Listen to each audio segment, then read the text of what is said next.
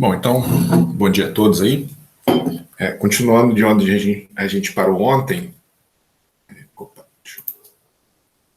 estava falando, né, do como que é feito o levantamento da curva da bomba. Então, duas maneiras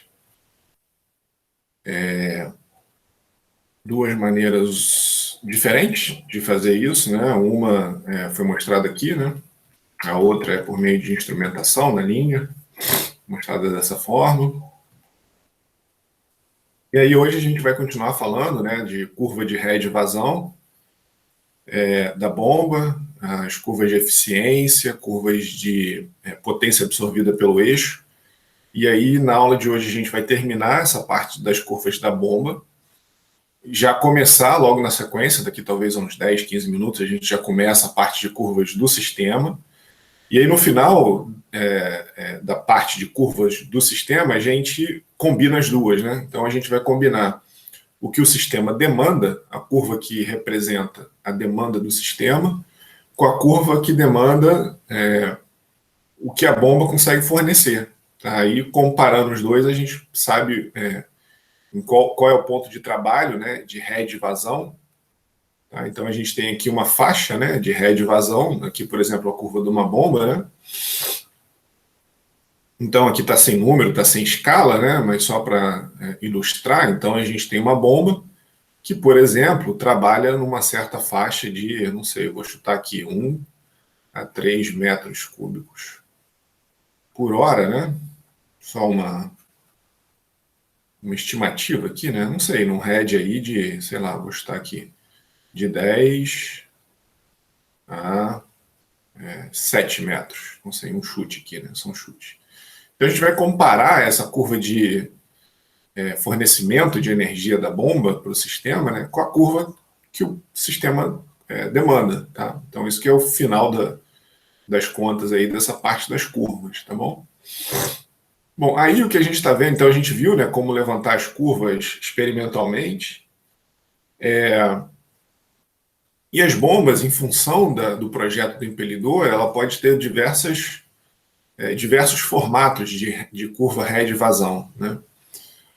Essa daqui, né, recebe o nome de rising, porque a carga, o head, né, a carga H, à medida que o Q diminui, né? Então, o rising seria olhando nessa direção aqui, né? Você está diminuindo a vazão, o head vai aumentando, tá? E aí, de novo, né? Aquilo que eu tinha comentado já em algumas ocasiões. Então, a bomba não vem, normalmente a curva é cortada em uma certa região, né? Ela não vem até a condição de descarga livre, porque aqui a gente já começa a estar numa condição muito severa de operação da bomba, tá? Aqui também, né? Aqui é o head de shutoff, o head onde a vazão é zero. Aqui também é uma condição de operação severa, não só pelos desbalanceios de esforços radiais no impelidor, pela questão da entrada sem pré-rotação, enfim, todas aquelas questões que a gente viu ao longo das apresentações, né, que eu fiz uma marcação em amarelo, né, que eu fiz que eu chamei a atenção, né? Então aqui não só pelo fato de estar fora, né, dessa região de segurança, vamos dizer assim, né, mas também porque se você não tem vazão, a bomba não está sendo resfriada. Então isso daqui ela é uma condição severa por vários motivos, tá? É a condição de shutoff aqui, né? Você não deve operar a bomba nem nessa faixa aqui, muito menos com a descarga fechada. Quer dizer, você pode fazer isso por um curto espaço de tempo, a bomba não vai estragar, né? Como a gente falou, até alguém já identificou aí corretamente, que a bomba não vai danificar a tubulação. A gente vê aqui que ela tem um limite de pressão, né? E essa pressão é dada pelo gama vezes o head, tá? Então a gente tem aqui a pressão em Pascal, por exemplo, né, que a bomba fornece.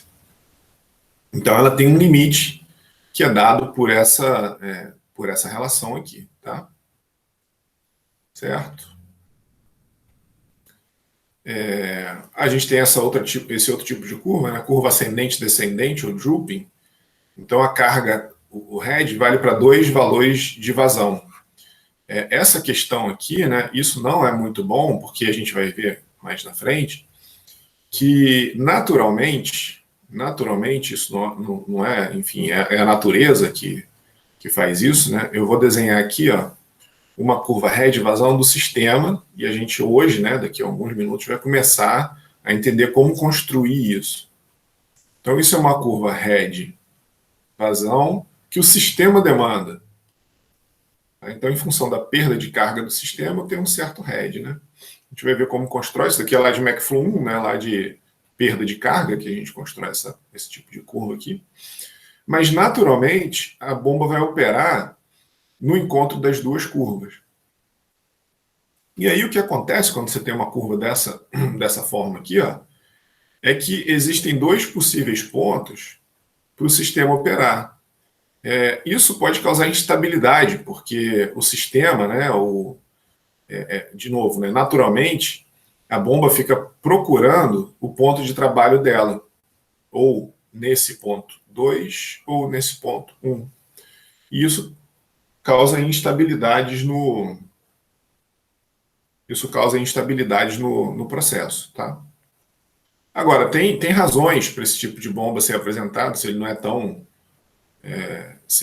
é tão, vamos dizer assim, conveniente, né? É porque, de forma geral, esse tipo de impelidor pode fornecer uma eficiência grande. Então, eventualmente, ele pode ser usado para alguma aplicação específica, mas com muito cuidado, né? Existe essa configuração steep, que seria muito inclinada, né? Tá? Então, tem uma grande variação da carga de projeto para a carga desenvolvida na vazão zero. Então, aqui a carga desenvolvida na vazão zero, né, o head de Shutoff, né, que é o head de Shutoff, tá? É a carga desenvolvida na vazão zero, né? Que é essa daqui que eu marquei. Então, tem uma grande variação da carga de projeto. Então, se a gente varia a vazão, né? Então, ela é muito sensível à vazão, a gente pode colocar dessa forma, né? Se eu vario um pouquinho a vazão, o head varia muito, tá? Existe a curva plana, né, flat, então tem pouca variação desde o head de Shutoff até a vazão de projeto. Né? E essas diferentes curvas são função do projeto do impelidor, a consequência prática a gente vai discutir mais para frente, mas depende da aplicação também. Né? Você pode querer uma baixa influência da vazão, uma baixa influência do head em função da diferença de vazão, você pode querer uma grande influência do head na variação de vazão. A gente vai comentar alguns exemplos práticos disso mais para frente, tá? O próximo slide é curva do sistema, né? O próximo slide não, a próxima parte do curso é de curvas do sistema, né? E aí depois a gente vai ver como variar as curvas do sistema. Então vou mostrar para vocês exemplos práticos de interesse que a curva head vazão não varie muito à medida que você muda a vazão. E também pode ser de interesse prático condições que essa curva responda, né, de uma forma, de uma determinada forma, né, a variação do head ou da vazão, tá? Beleza? A gente vai analisar isso com mais detalhes. Então, essas curvas, né, que eu fui mostrando, né, da eficiência, da potência, aí eu mostrei várias do head, né, elas são fornecidas em conjunto, né, ou em tabelas, né? Normalmente, os fabricantes fornecem ou curvas, ou mais comumente, na verdade, né, tabelas. Tá? Então, uma bomba só pode operar ao longo da sua curva de performance. Então, uma bomba ela só pode estar em algum ponto por aqui. Ó, tá? Beleza? Aí a gente tem aqui a curva head vazão, né? A eficiência vazão, e a potência absorvida no eixo da bomba contra a vazão. Tá? Onde a potência absorvida, lembra, né? A potência cedida ao fluido sobre a eficiência, que é o gama QH, né? Sobre a eficiência. Tá? E aí, na indústria, né, é comum uma mesma bomba ter opção de diversos diâmetros de impelidor. Então, você vai lá, abre a bomba, tira um impelidor e coloca outro. Por que isso é conveniente? Porque, primeiro, que você tem diversas condições operacionais, né? Então, aqui está uma curva head vazão, aqui poderia ser Q, né? Esse livro aqui usa V ponto para representar a vazão. E aí, o que, que a gente tem aqui? Ó? A curva head vazão para um certo diâmetro aqui, ó, né? Essa curva mais de cima. Aí aqui embaixo, uma curva head vazão para um diâmetro D3, mais embaixo aqui. Tá? Uma outra curva head vazão para o diâmetro do D2, uma outra curva head vazão para o diâmetro D1. E as curvas de isoeficiência estão aqui. Ó. Então, as curvas de eficiência são mostradas dessa forma porque é fácil de ver a relação entre diâmetro e eficiência aqui para diversos tipos de bomba aqui, tá? Diversos diâmetros de impelidor. Tá? Então, por isso que a curva aqui, nesse caso, é plotada dessa forma, né?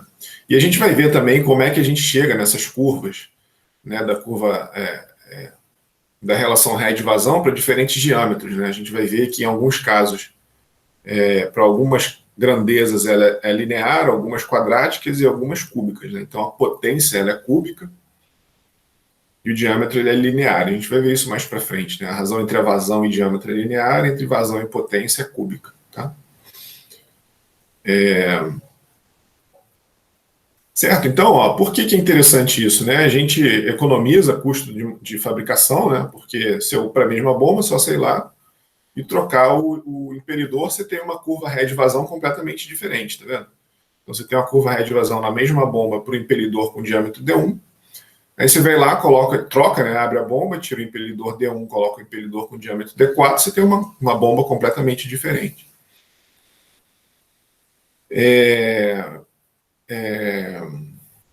Uniformiza, né, as montagens na instalação, então você não precisa ficar com vários modelos de bomba numa certa aplicação, você só vai lá e troca o diâmetro.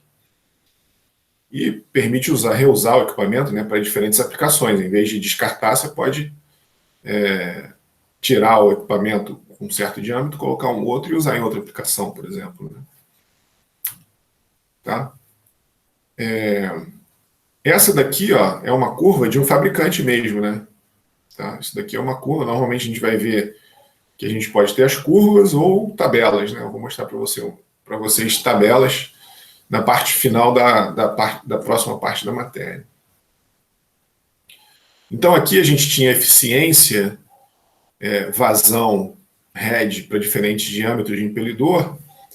Aqui a gente tem essas linhas tracejadas aqui, ó, que a gente tem a potência absorvida no eixo aqui, tá vendo? Ó. Certo? Então, para cada vazão aqui em galões por minuto, né, unidade americana, então esse é um modelo de alguma fabricante americana, né, o head em pé. Aqui em cima a gente tem a vazão em litros por segundo, então você pode olhar aqui embaixo, né? Então, 600 galões por minuto, ou você pode vir aqui para cima, sei lá, alguma coisa entre 30 e 40 litros por segundo. Aqui a gente tem o head em pé do lado esquerdo. Do lado direito aqui, ó, no eixo da direita, né? Na ordenada direita aqui, a gente tem o head em metros, né? Tá?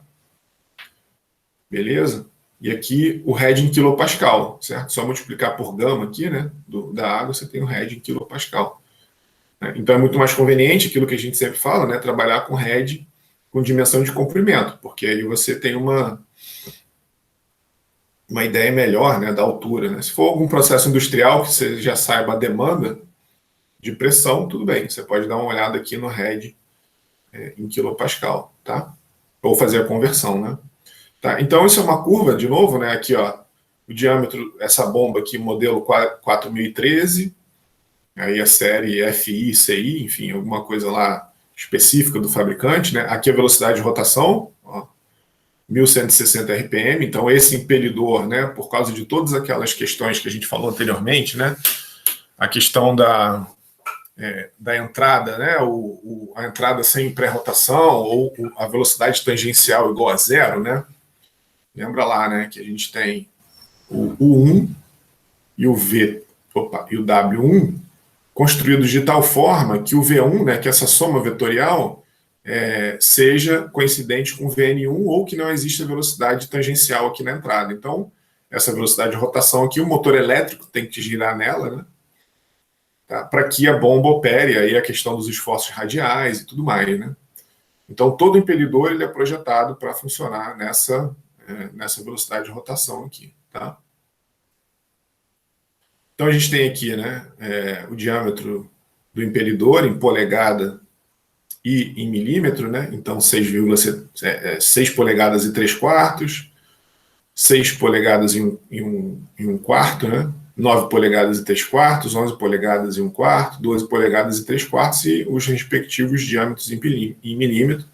Aí a gente vê a curva ré de vazão, tá? E aí o que a gente observa é que quanto menor o diâmetro, ó, tá vendo? Mais, vamos dizer assim, ele vai se afastando das curvas de maiores eficiências. A gente vai ver por que isso mais para frente, né? Isso a gente vai analisar ainda na parte de variação das curvas, né, de trabalho, tá? Mas o que é interessante observar aqui nesse momento é que tudo bem, assim, eventualmente você pode estar numa condição de eficiência menor, então observa aqui ó, essa curva de um diâmetro de 12 3 quartos, ela está numa região de eficiência de 78 a 80%. Enquanto essa menorzinha aqui está numa região ó, de 65%, 60%, mas às vezes você consumir menos potência, observa que aqui ela está consumindo aproximadamente 2 HP, ou 1,5 kW, enquanto aqui ela está consumindo 10 vezes mais. Então o que é melhor? Você está numa região de alta eficiência, mas com consumo de 11 kW, ou numa região de baixa eficiência e com consumo de 1 kW, né? Então essa é a questão. Certo? Então, você pode querer estar na região de maior eficiência ou, tudo bem, você pode viver com o fato de que você não está na região de máxima eficiência, mas a bomba está consumindo muito pouco. Tá? Beleza? Então, aqui, por exemplo, né, como é que a gente lê essa... A gente vai ver como é que compara a curva da bomba com a curva do sistema, mas como é que basicamente a gente lê, né,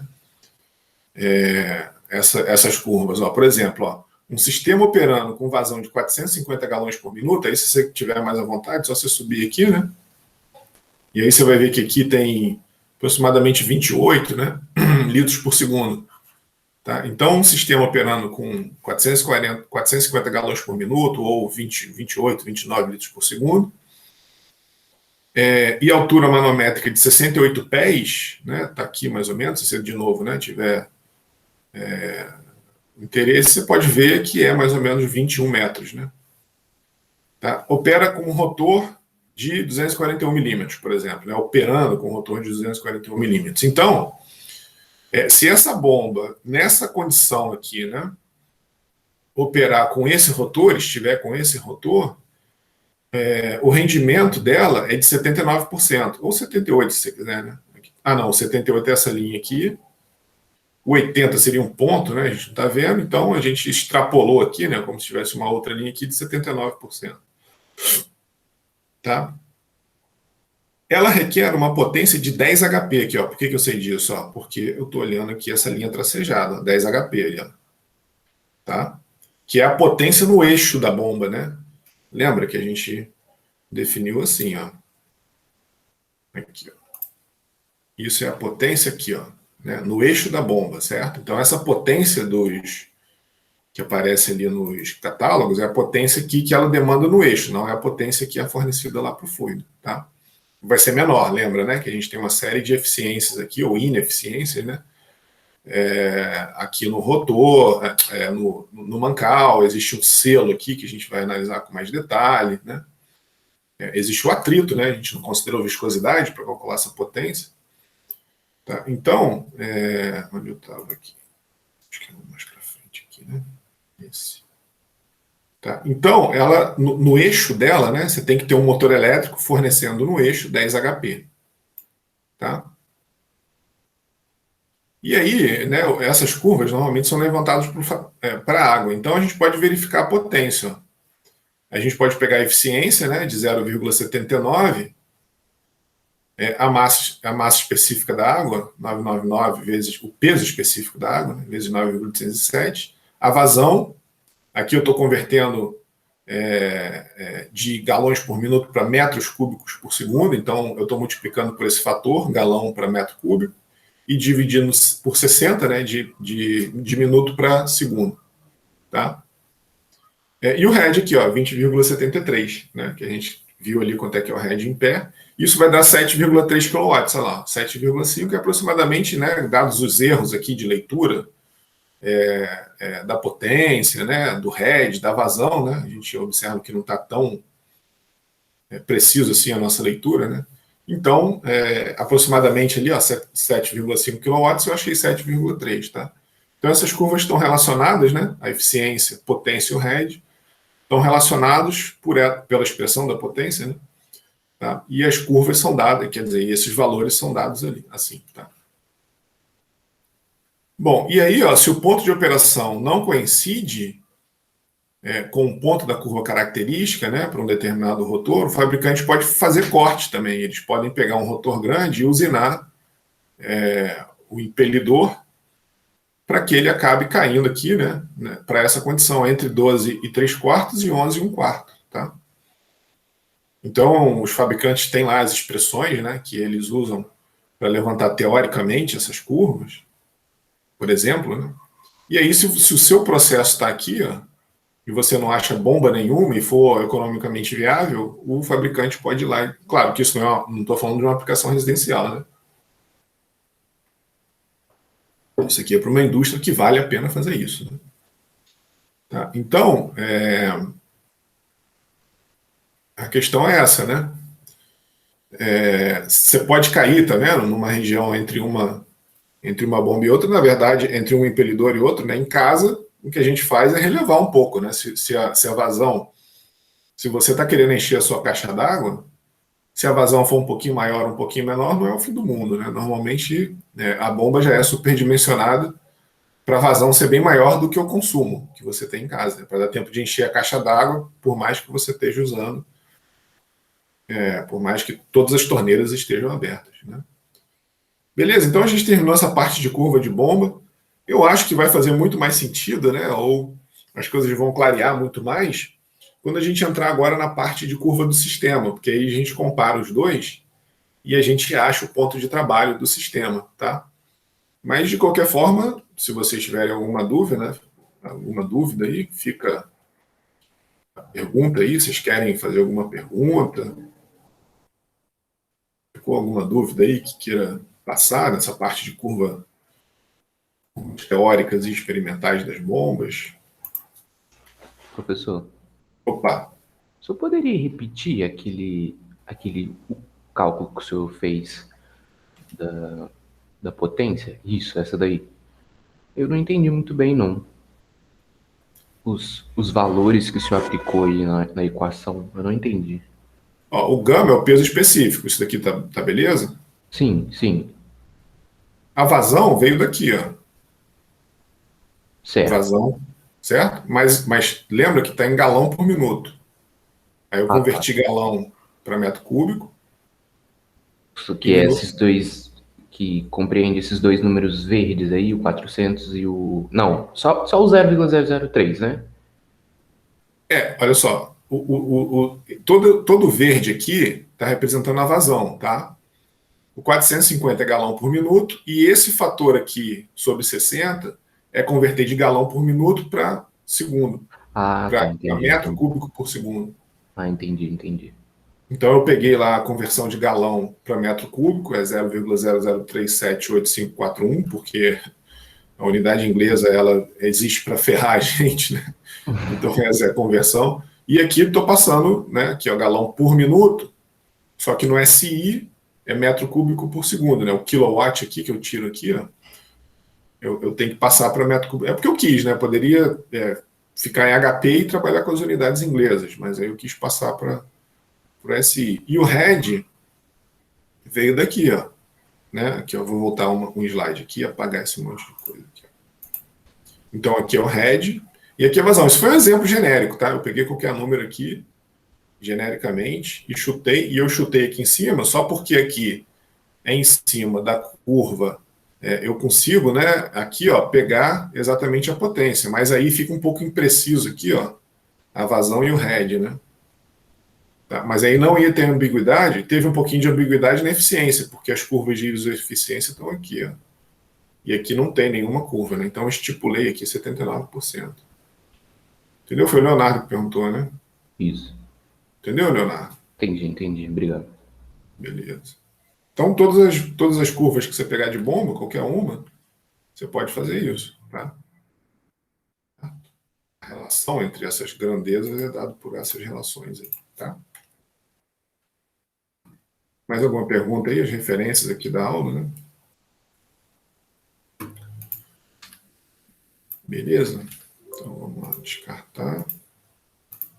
Então, agora o que a gente vai fazer é olhar para o sistema, né? Então, a gente focou na bomba, esqueceu do sistema, pensou na bomba como uma entidade isolada, né? Agora a gente vai olhar para o sistema como uma entidade isolada no começo, né? O sistema é o processo, né? Você pode pensar assim. Quando eu digo sistema, eu digo processo. O sistema pode ser o bombeamento de água da sua casa, o sistema pode ser o bombeamento de água na indústria, né? O bombeamento de gasolina na indústria, o bombeamento, sei lá, de alimento, de maionese numa indústria de alimentos, né? O sistema pode ser o bombeamento de óleo lubrificante numa indústria de refino, né? Ou de processamento, sei lá. Tá? Então, isso que a gente vai fazer agora, vai olhar para o sistema e depois vai fazer a união dos dois, do que a gente viu com bomba para o que a gente vai ver de sistema agora, tá? Então, a ideia é essa, né? Então, a gente entendeu, estudou como que essas curvas são desenvolvidas, né? A relação rede-vazão, as eficiências que fazem a curva ficar não linear, os fatores que influenciam na potência, tá? Então a gente viu isso nessa parte do curso anterior, agora a gente vai entrar na parte do sistema, só que a gente vai continuar chamando de H, né? Também vai representar a energia por peso que o sistema solicita, ou a energia, né? Depois a gente vai ver que continuar trabalhando com energia por peso é conveniente, mas quem quiser trabalhar com energia por massa, né? Lembra que quando a gente faz energia por peso, a dimensão do head é comprimento, né? O L fica muito conveniente, que é o que está aqui, né? Que é o head em metro, head em pé. Mas se a gente trabalhar com dimensão de energia por massa, que cientificamente faz mais sentido, né? Porque a massa não varia e o peso varia com a gravidade. A gente tem o head em metro quadrado por segundo quadrado. Tá? E aí, agora a gente vai se referir ao H também, né, ou à altura manométrica do sistema, como H também, porque a gente, justamente no final das contas, vai comparar a energia que a bomba demanda com a energia que o sistema, a energia que a bomba fornece, que a gente chamou de H, né, que foi o head, com a energia que o sistema demanda, que a gente chama de altura manométrica do sistema. Por que altura manométrica? Porque não é só simplesmente um desnível, né? Essa altura manométrica do sistema aqui está se referindo à perda de carga. Se você tem uma válvula no processo, né, isso adiciona perda de carga, os acidentes na linha e tudo mais, tá? Então a gente vai se referir ao H, ao head que o sistema demanda, como altura manométrica do sistema, tá? E a altura manométrica do sistema, né, a gente vai ver, na verdade, você já sabe isso de McFlu 1, né, que depende da vazão, da cota Z, né, da diferença de cota entre os dois reservatórios que você está bombeando, a diferença de pressão entre a sucção e descarga e a perda de carga. Tá? Certo? Então, aqui está uma representação ilustrativa, né, de um sistema. Então, você tem uma bomba, a gente tem um reservatório, ele pode ou não estar pressurizado, né? Ele pode aqui estar na pressão atmosférica, ou ele pode estar numa pressão PS, aqui S de sucção, né? Tá? Então a bomba está aqui e ela está transportando fluido desse reservatório para esse reservatório aqui D, né? O D aqui de descarga, né? E aí a gente marcou aqui dois pontos A e B na sucção e na descarga da bomba, né? Aqui é o reservatório, S e D são o P aqui seria de pressão, né? Um certo reservatório numa pressão PS, de novo, né? Que pode estar na pressão atmosférica ou não, e uma pressão PD que pode estar na pressão atmosférica ou não.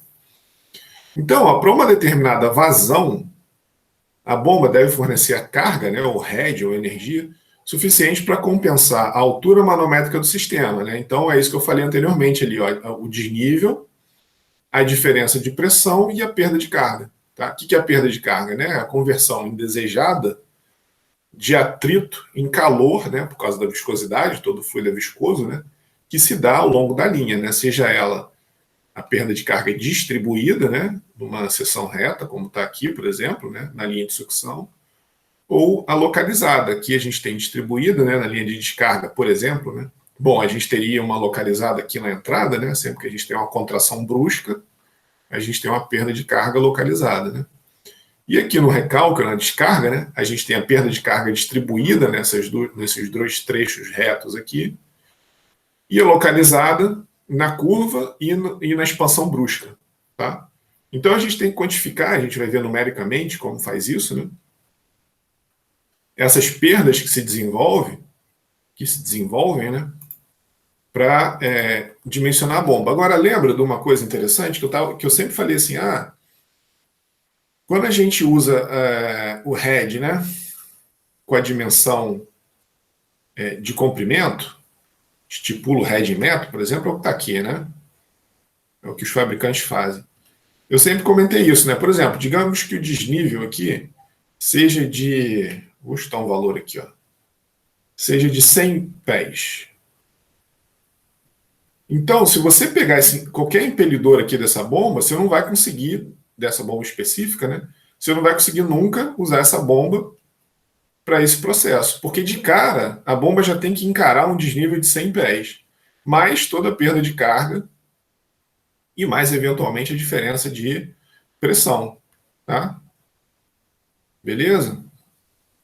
Então, quer dizer, a menos que aqui tenha um vácuo muito forte, né? Então a gente vai ver que eventualmente só se aqui tiver uma pressão muito forte e aqui um vácuo muito forte, né? Entenderam? Porque aqui você ajuda pressurizando e aqui você ajuda succionando.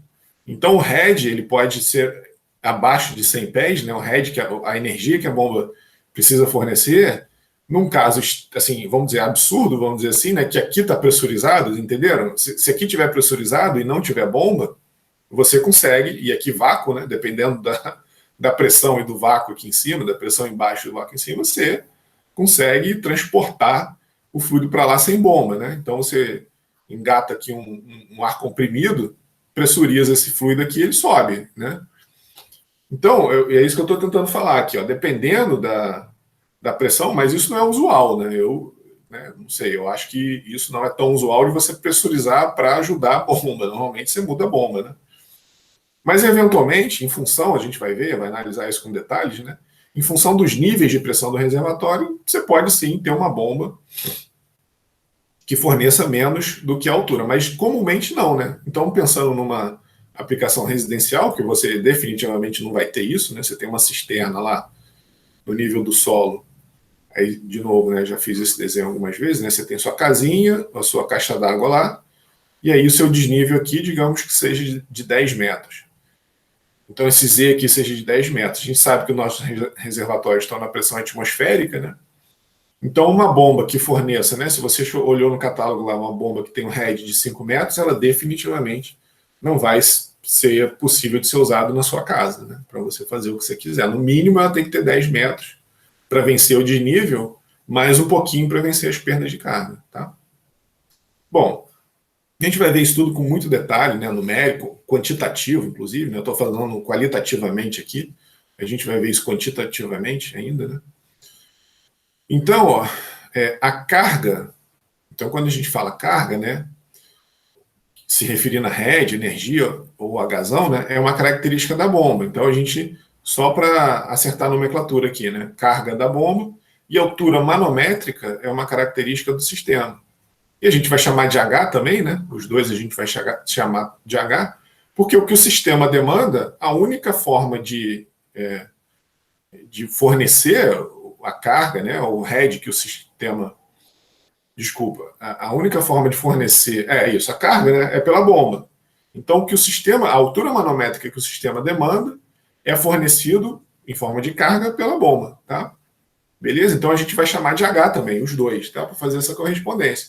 Então, esse sistema aqui, né, que tem um reservatório inferior e um superior, ele demanda ele tem uma certa altura manométrica E quem vai fornecer essa carga equivalente é a bomba aqui, né? Não tem nenhum outro sistema ou outro processo aqui para fornecer energia, tá? Certo? Tá claro isso aí? Bom, e aí, ó, eu vou fazer uma coisa intuitiva, né? Depois a gente coloca números aí no processo para ficar mais claro, ó. O que é a altura manométrica total do sistema de forma qualitativa, sem colocar números, sem falar de equação e nada, ó. É a diferença entre o HD e o HS, a gente vai denominar quem são esses caras, tá aqui embaixo, tá? Mais um termo chamado HLT. Então, o que é isso? Ó? O que é essa altura manométrica total que o sistema requer, né? Ou que o sistema possui, né? Tá? Então, é o seguinte, ó. É a altura manométrica na descarga, ou energia na descarga, se você quiser entender assim, né? Então, lembra que sempre que a gente está se referindo a esses termos, a gente está se referindo à energia, né? Tá? Então, é a altura manométrica na descarga, ou energia que o sistema tem na descarga, né? É a quantidade de energia, pode ser por unidade de peso, a gente pode até tirar isso daqui, né? Por unidade de peso, porque aí vai depender. Deixa eu tirar isso de uma vez, que tem tanta coisa que eu esqueço. Então, quantidade de energia. Eu não sei se em algum momento eu digo. Eu só deixo aqui por unidade de peso para ficar bem. Para ficar bem claro, né, que a gente está trabalhando com metros, né, com dimensão de metros, só para. Eu acho que talvez embole um pouco. Então, a quantidade de energia que deve existir no flange de descarga, né, no ponto B, e quanto maior é pior, né? É quanta energia que tem que ter aqui, ó, para a gente executar essa tarefa na maneira que a gente quer. O que é executar essa tarefa na maneira que a gente quer? Numa certa vazão, então seu processo ele vai ser especificado em termos de uma certa vazão, e dessa vazão a gente vai ter uma perda de carga, né? Certo? Que é a função dessa vazão, por exemplo, né? Tá? Então, vencer esse desnível nessa vazão com essa perda de carga, o sistema tem que fornecer a energia, a diferença entre energia, né, que deve existir no flange de descarga, menos a energia que já existe no flange de sucção. Então, eventualmente, aqui, ó, a bomba ela já pode ter uma certa energia no flange de sucção. Por exemplo, aqui, ó, esse reservatório aqui, ele está acima do nível da bomba. Tá? Naturalmente, a gente espera, né, nessa condição, assumindo uma condição de pressão atmosférica, que o reservatório vai escoar naturalmente aqui, certo? Então a bomba já tem uma certa energia na descarga. Se esse reservatório tivesse para baixo, não, né? A bomba ia ter que fornecer um trabalho adicional aqui. Mas, então, entenderam? A energia que a bomba precisa fornecer, né, ou a altura manométrica total do sistema que ele está demandando, é a diferença entre o que a gente. Entre a energia que tem que existir na descarga, menos o que já existe no flange de sucção. Mais a perda de carga, né? A perda de carga total ali em toda a linha, né? Então, essa é a energia, conceitualmente, né, qualitativamente, que a bomba tem que fornecer, ou que o sistema está demandando. Tá? Então, a energia não pode ser criada nem destruída, né? Ela está sendo transformada aqui. Se você tem uma certa quantidade, né? Se a descarga está demandando uma certa energia e a sucção já existe uma certa quantidade de energia, quanto maior a energia na sucção, melhor, porque é menos a energia que a bomba tem que fornecer. Da mesma forma, né? Quanto menor a energia que você tem que fornecer na descarga, também é melhor, né? Tá? Porque menos energia a bomba tem que fornecer. Quanto mais você ajudar aqui, né, reduzir as perdas de carga, colocar esse reservatório mais perto da bomba, você diminui esse termo aqui, ó, de perda de carga, né? Por exemplo, se aqui tiver vácuo, a gente está ajudando esse termo de altura manométrica na descarga. Certo? Se isso daqui for pressurizado, a gente está ajudando o termo de altura manométrica da sucção. Tá? Então, porque você está empurrando o fluido para lá, né? Se aqui tem vácuo, você está succionando o fluido para descarga. E o inverso é verdadeiro. Se esse reservatório estiver pressurizado, é mais energia na descarga que você tem que fornecer. É pior. Tá? Certo? Então, intuitivamente é isso, né? Então, intuitivamente é isso que a bomba fornece, né? qualitativamente. A bomba está fornecendo aqui tudo que você precisa colocar na descarga, menos o que a sucção já te dá. Tá? Beleza? Então, isso daqui a gente vai trabalhar nessa expressão, vai expandir esses termos, claro, né? A gente precisa saber como calcula esses termos aqui, para a gente dimensionar justamente a bomba, né? Que esse head do sistema, né? A altura manométrica do sistema, vai ser justamente igual, né, ao head ou à carga da bomba, né? Que é a carga da bomba, né? Tá? Que é justamente a bomba que vai fornecer. Então a gente quantifica aqui o sistema, né, quantitativamente, né, faz essas contas aqui, e aí acha uma bomba que forneça, voltando aqui, né, acha uma bomba que forneça na vazão de trabalho o head que você precisa vencer, tá? Na vazão que você quer, né, o head que você precisa vencer. E aí a gente vai ver que existem infinitos modelos de bomba, né? É isso, tá? Olhando de outra forma, né, a energia que a energia fornecida pela bomba, deve ser a diferença entre o que o sistema precisa e o que eventualmente já possui para manter a vazão desejada. Tá? Então, a energia fornecida pela bomba deve ser igual, né? Deve ser igual à diferença entre o que o sistema precisa e o que eventualmente já possui. Então, essa parte aqui está aqui, né? Energia fornecida pela bomba, diferença entre o que o sistema precisa e o que eventualmente já possui, mais a perda de carga, né? Certo? Para manter a vazão desejada. Tá? Aqui poderia ter um mais a perda de carga. Tá? Para manter a vazão desejada, que aí seria esse termo aqui. Tá? Então, quanto mais energia o sistema demanda, mais energia a bomba tem que fornecer. Se você fornecer menos energia que o sistema demanda, alguma coisa vai ser prejudicada, né? O head, a vazão. Tá? Então, a bomba tem que casar com essa demanda. Tá? Bom, aí, ó, como é energia que a gente vai trabalhar, né, a gente vai usar a primeira lei da termodinâmica.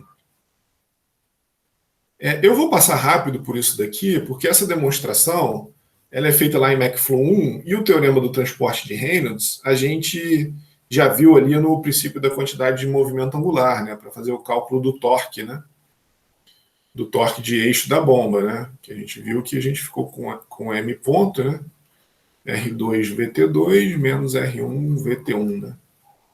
Tá, então, isso daqui nasceu lá do teorema do transporte de Reynolds, né, que o torque de eixo era integral na superfície de controle do R, produto escalar com V, ρ V,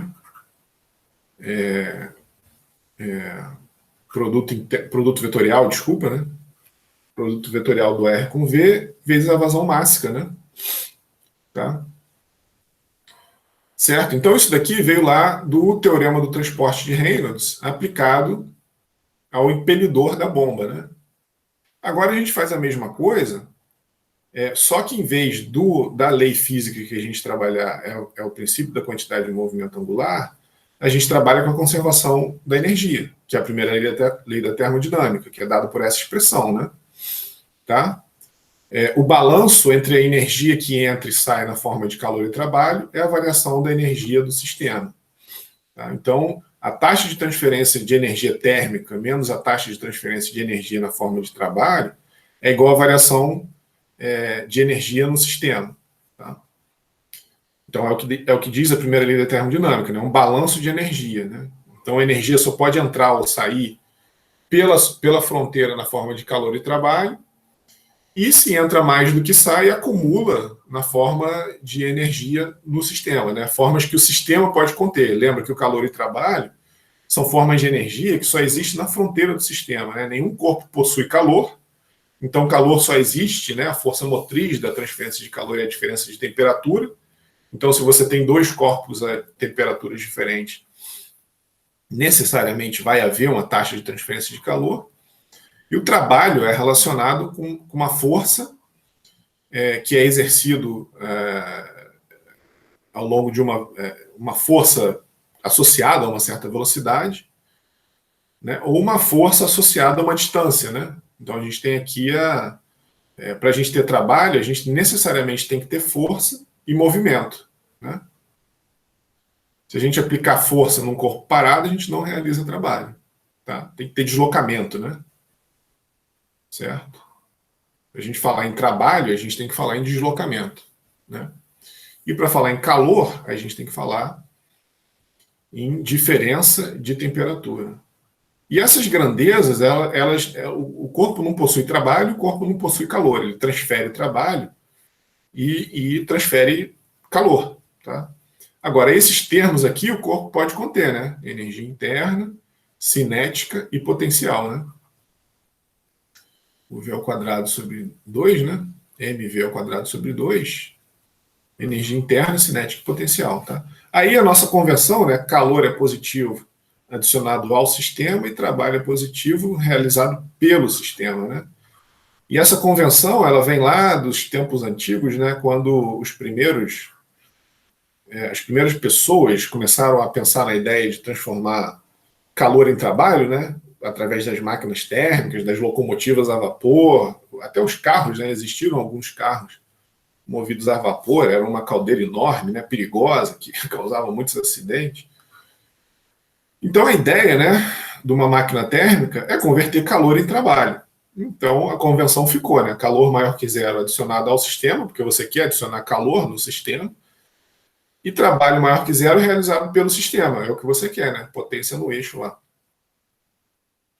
Tá? Então a energia total do sistema, né? Esse termo Ezão aqui, né? Aqui eu botei Ezinho intensivo, né? O Ezão sei lá, seria o Joule, né? Uma propriedade extensiva, energia, e o Ezinho seria o Joule por quilo, né? A propriedade intensiva.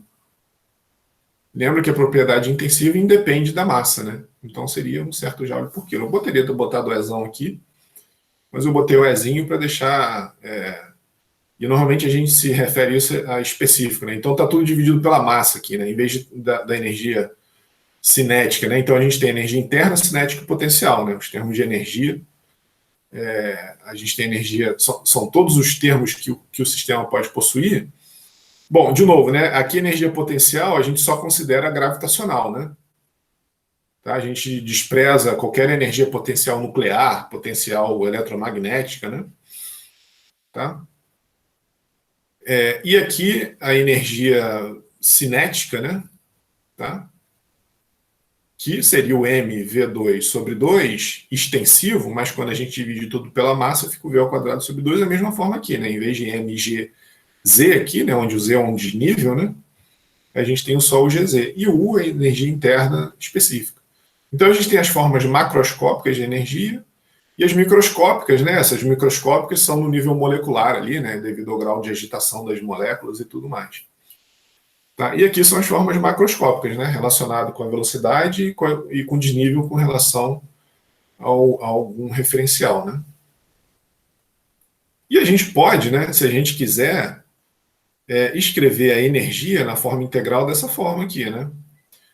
Ou dessa, né? Lembra o seguinte, ó, daqui, ó, se a gente tem a massa específica constante, a gente pode tirar ela de dentro da integral, só para ilustrar isso aqui, ó. Então ficaria ρ integral no volume de E de volume, só que integral, né? E se a energia também fosse uniforme ali, né? Só para ilustrar, né? Fica E ρ V. Mas ρ V é a massa, né? Massa específica vezes o volume é a massa. Então E vezes a massa vai ser igual a energia, o termo da energia extensiva é igual a energia intensiva, né?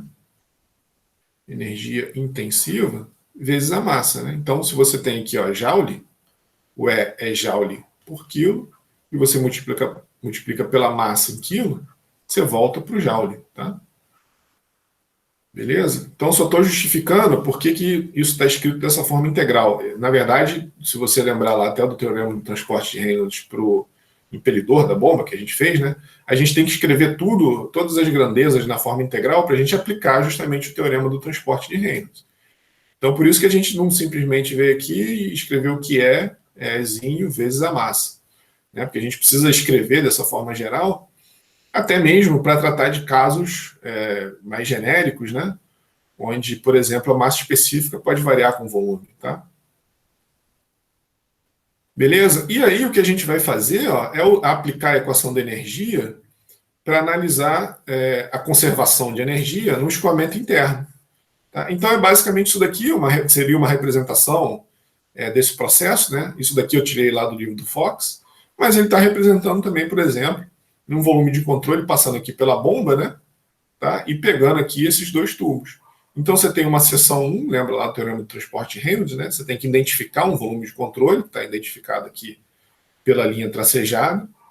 Aí você vai ter a seção 1 na entrada aqui, né, do volume de controle, e a seção 2 na saída do volume de controle, e uma bomba no meio. Tá? Certo? Agora, de novo, né, essa é uma discussão que a gente fez para o princípio da quantidade de movimento angular. A gente pode trabalhar com a forma diferencial. Né? É a forma mais precisa, isso daqui a gente vai sair numa expressão em CFD, mas eventualmente a gente vai levar o dia inteiro para resolver um problema de CFD detalhado contra uma solução mais rápida, que não vai ser tão detalhada aqui, né, mas que resolve muitos problemas, que é o que a gente vai trabalhar, né? Esse é o caso que a gente vai trabalhar. Mas é só para sempre lembrar que se vocês precisarem de precisão, essa análise que a gente faz aqui, né, que a gente faz normalmente no MacFlow 1, ela não é suficiente. Então aqui, por exemplo, estariam duas representações de resolução de problema de escoamento em acidentes de tubulação, né, em curvas aqui, por exemplo, por CFD. Então isso demora, isso é complicado. Imagina, isso daqui é a linha é o oleoduto lá do Alasca, né? Então é um comprimento enorme, acho que são 8.000 quilômetros de oleoduto. Imagina você ter que ficar dimensionando todo esse sistema por CFD, você vai morrer e ele não vai resolver, né? E o seu computador não vai ter gerado dados que você precisa para dimensionar uma bomba, por exemplo. Então, o teorema do transporte de Reynolds, você não entra no fluido, né? Observa que a gente está sempre trabalhando na fronteira quando a gente usa o teorema do transporte de Reynolds. A gente só entra no fluido quando a gente usa análise diferencial. Então, aqui a gente divide o fluido em diversos pedacinhos pequenininhos e resolve essas equações para cada pedacinho, né? E aí a gente consegue obter expressões que vão detalhar como é que o campo de velocidade se desenvolve, por exemplo. Tá? Agora, de novo, né, a gente pode trabalhar com a estratégia mais geral e ter uma coisa aproximada que resolve muitos problemas. Tá? Esse aqui, por exemplo, né? Ou o dimensionamento da bomba na sua casa, ou numa indústria, tá certo? Você não precisa ficar resolvendo CFD. Bom, eu vou passar rápido aqui, né? Esse daqui é o teorema do transporte de Reynolds, isso aqui é lá de MacFlow 1. Aqui isso aqui é como a gente faz, né? De forma clássica, né? Essa demonstração. Então você tem num tempo t0 o sistema e o volume de controle coincidindo, né? O volume de controle é a linha tracejada. Quando passa no tempo t mais ΔT, a gente vê o volume de controle. Ó. Lembra, por definição, o volume de controle é uma região fixa no espaço. E o sistema é uma massa fixa, né, identificável.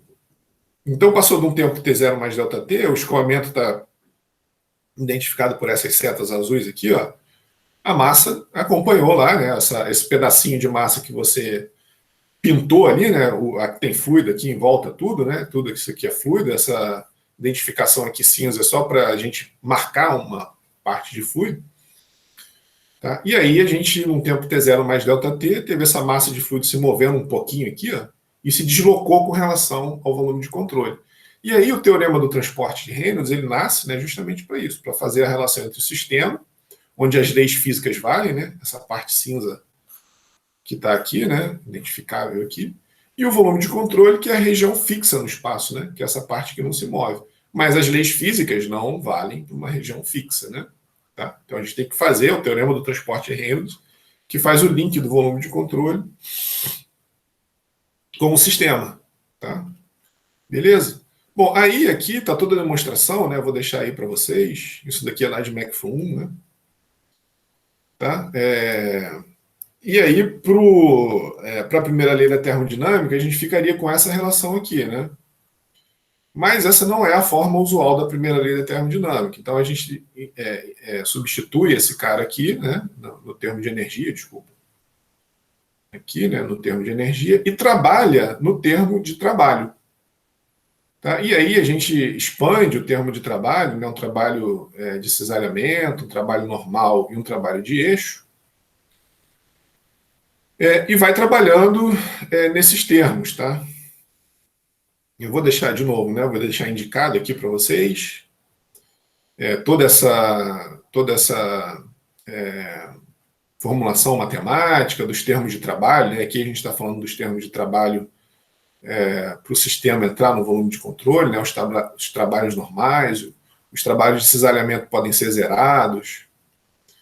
Tá? E aí substitui, né, esse termo que a gente identificou aqui de trabalho, né? Então expandiu o termo de trabalho aqui, né? Então está tudo demonstrado aí nos slides. Então está aqui. E aí vai substituir aqui também o termo de energia. Tá? Certo? Então faz um algebrismo aqui, substitui o termo de energia, e a gente fica nessa forma aqui, ó, para a primeira lei da termodinâmica, aqui, ó, que talvez seja a que vocês estejam mais acostumados. Ó. Então, calor menos trabalho é igual à variação da energia interna mais a variação da energia aqui, ó, mais a variação da energia potencial, energia cinética, e esse termo de trabalho aqui veio do trabalho normal, né? Esse P2 menos P1 é justamente o trabalho que o fluido tem que fazer, que é o que está especificado aqui, ó, o trabalho que o fluido tem que fazer para entrar no volume de controle. Ele tem uma certa pressão, né? A gente extraiu esse volume de controle aqui, e aí a gente tem que saber, né, se o fluido não tiver uma certa pressão, ou se as pressões estiverem em equilíbrio, né? É que nem quando você quer entrar no banco, né? Você tem que fazer uma certa força para empurrar ali aquela porta rotatória. Então o fluido também tem que fazer uma certa força, tem que exercer uma certa pressão para entrar aqui no volume de controle, senão ele não entraria, né? Certo? Então é justamente esse termo de pressão que apareceu aqui, ó. Que é o termo dos trabalhos, que se chama trabalho normal, tá? Beleza? Então essa talvez seja a forma mais usual da primeira lei da termodinâmica, tá? Para vocês, né? Que vocês viram lá em termodinâmica, eventualmente, né? E aí, na verdade, vamos colocar assim, né? O U, ó, na verdade, até mais, né? U mais PV, olha só, a junção desses dois termos aqui formou a entalpia, né? Que é U mais PV ou U mais P sobre ρ, né? Que aqui está em termos do volume específico. Vzinho aqui é o volume específico, né? V é 1 sobre ρ, tá?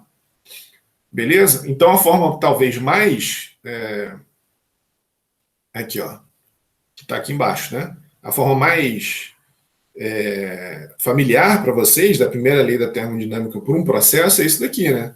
Calor mais entalpia mais a energia potencial com relação a algum referencial em 1, mais energia cinética, igual a entalpia em 2, mais o referencial, né, Z2, energia potencial em 2, mais um trabalho de eixo, que cruza ali a fronteira do volume de controle. Tá?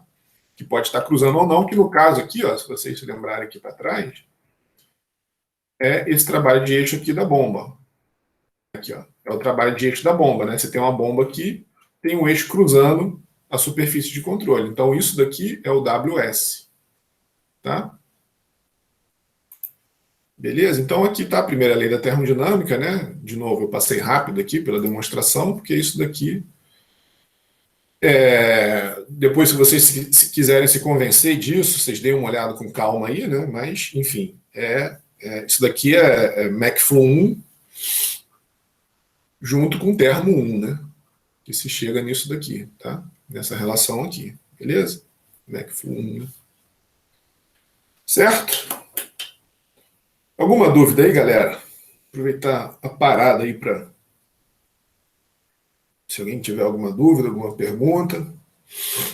Deixa eu te fazer uma pergunta.